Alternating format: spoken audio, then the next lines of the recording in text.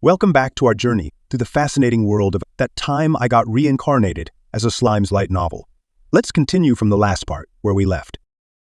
As Yuki discussed the mysterious figure always beside the Emperor, his team grew concerned about the potential threat she posed. Despite doubts from his companions, Yuki remained resolute in his plans to confront the Empire. Assigning tasks to his team, he emphasized caution, especially regarding the unknown figure and the danger she represented. As they departed, leaving Yuki alone with Kigali, they pondered the success of their team's missions. Despite uncertainties, they were determined to weaken the Empire and seize control. Their ultimate goal was to manipulate the Emperor, establish a new regime, and eventually broker peace with the Western nations, followed by a drastic plan to eliminate the Emperor. Yuki realized that trying to conquer the world through violence was futile, especially after being defeated by Guy.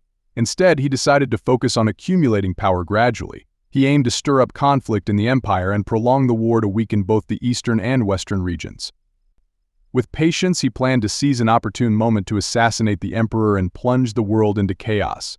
His newfound ultimate skill and extended lifespan gave him hope for the future, as he and Kigali plotted their next moves. Even though Yuki and Kigali were smart thinkers, they didn't consider the dungeon a big deal. They saw it as a clever way for Tempest to hide their secret facilities, maybe even a whole town. Their plan was to mention it to Lord Gadora to provoke Rimuru. They thought about visiting it someday themselves, but they didn't dwell on it much. So when their scouts returned with an unexpected report about the dungeon, Yuki didn't pay much attention to it. Somewhere in the castle, after seeing what Yuki presented, Lord Gadora frowned in deep thought. He realized that their plans needed a major overhaul now that Veldora, the storm dragon, was back. Some in the Empire wanted to wait until Veldora was no longer a threat, while others hoped to control him with new weapons. Another faction suggested avoiding the forest of Jura to avoid provoking Veldora. This disagreement delayed their actions, allowing Veldora to revive himself, much to the frustration of those who wanted to tame him. However, Gadora remained focused on his mission, eradicating Luminism from the west and seeking revenge against the 7 Days clergy who killed his friend. Veldora's presence didn't concern him much compared to these goals. Gadora got a newspaper from the west that talked about bad things done by the 7 Days clergy, with a headline saying the heroes decline. Even though the paper said they were gone, Gadora didn't believe it. He was sure that Gren, the Sunday priest, was still alive. Lately, it's been tough to trust news from the west because it's all mixed up.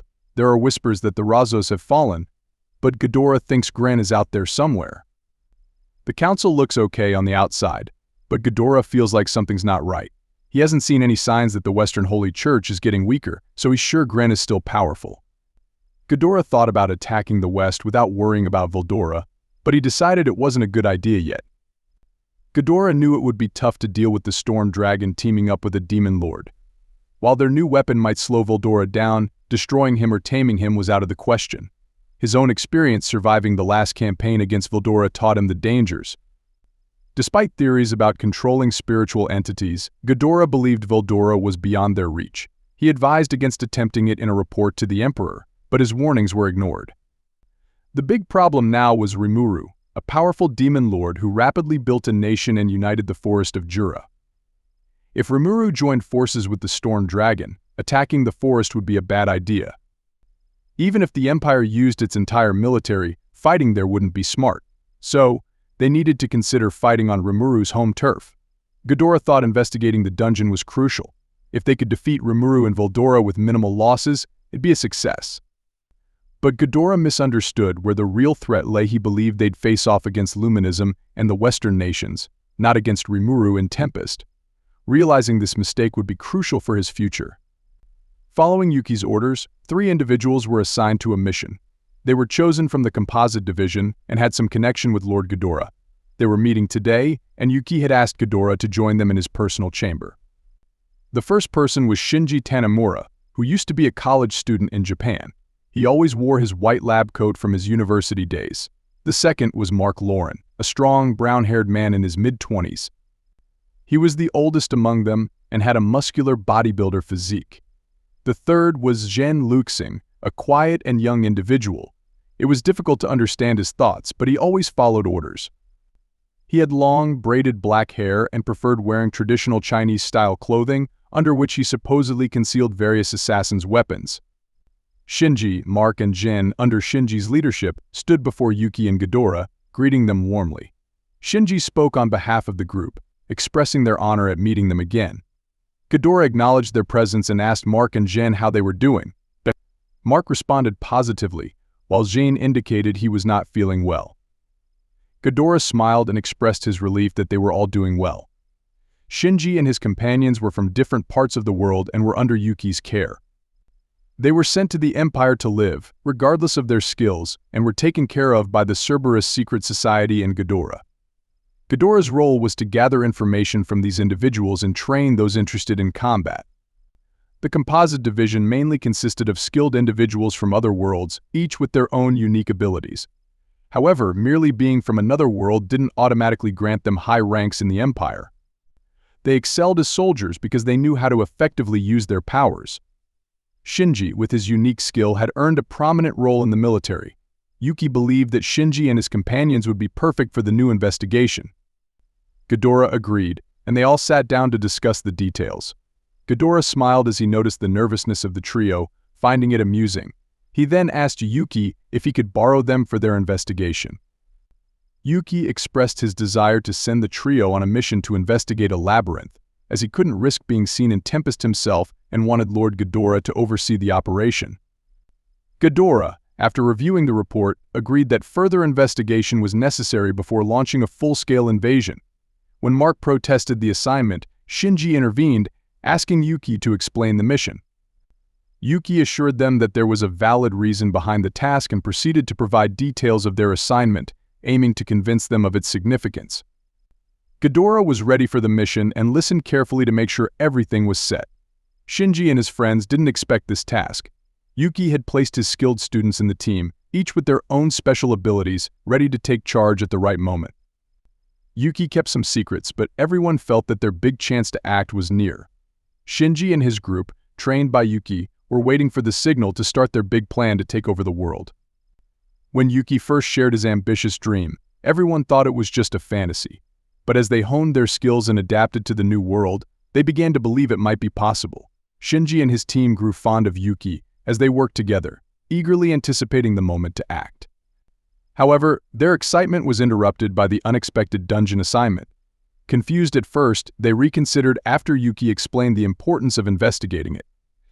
They realized that amidst all their preparations for war, the dungeon remained unexplored, likely hiding significant secrets, including rumors of an entire town concealed within its depths. Reluctantly accepting the task, Shinji's team acknowledged its importance in the Empire's operations. Yuki clarified that their ultimate goal was to trigger a military coup during the Empire's campaign in the Forest of Jura, drawing out their forces. They aimed to provide a stronger incentive for the Empire to mobilize their entire army beyond just the threat of Rimuru and the Storm Dragon. Shinji's trio was taken aback by Yuki's revelation, as they hadn't expected such detailed plans for a coup, especially with Gadora present. Concerned about leaks, Shinji tried to intervene, but Yuki reassured him, stating that Gadora was already aware of his intentions. Gadora, confirming Yuki's words, expressed his personal mission to eradicate Luminism, driven by vengeance for his friend's death at the hands of its followers. He disclosed his intention to start by targeting Rimuru, believed to be close to Luminous, the demon lord leading the religion. With a wild grin, Gadora indicated his indifference to what followed after dealing with Rimuru. Gadora had heard tales of Rimuru's power. A year ago, the kingdom of Farmus fell after provoking Veldora's wrath, leading to Rimuru gaining control over the Storm Dragon. Whether it was a servant-master bond or a collaboration remained unclear to Gadora, but Veldora's silence since then hinted at the possibility. Additionally, there were shifts among the demon lords, with some leaving the 10 great demon lords to form the octagram. Gadora suspected Rimuru's influence in these changes, especially since Rimuru's ascension coincided with the disappearance of Clayman, a former demon lord. This indicated Rimuru's superiority in power over Clayman, posing a significant threat. Moreover, Rimuru had established diplomatic ties with humans, enhancing his influence within the Council of the West. Gadora couldn't predict the Western nations' reaction to this development, but understood that provoking Rimuru would be perilous. Another concern weighed on his mind. Farmus had dispatched an army of around 20,000 soldiers to attack Tempest, but only 3 survived, including the former king and Raisin, his former apprentice. Gadora resolved to question Raisin about this matter, recognizing the need for clarity regarding Rimuru's actions. That's it for today, guys, and thanks for watching the video. Stay tuned for next chapter. Until then, goodbye.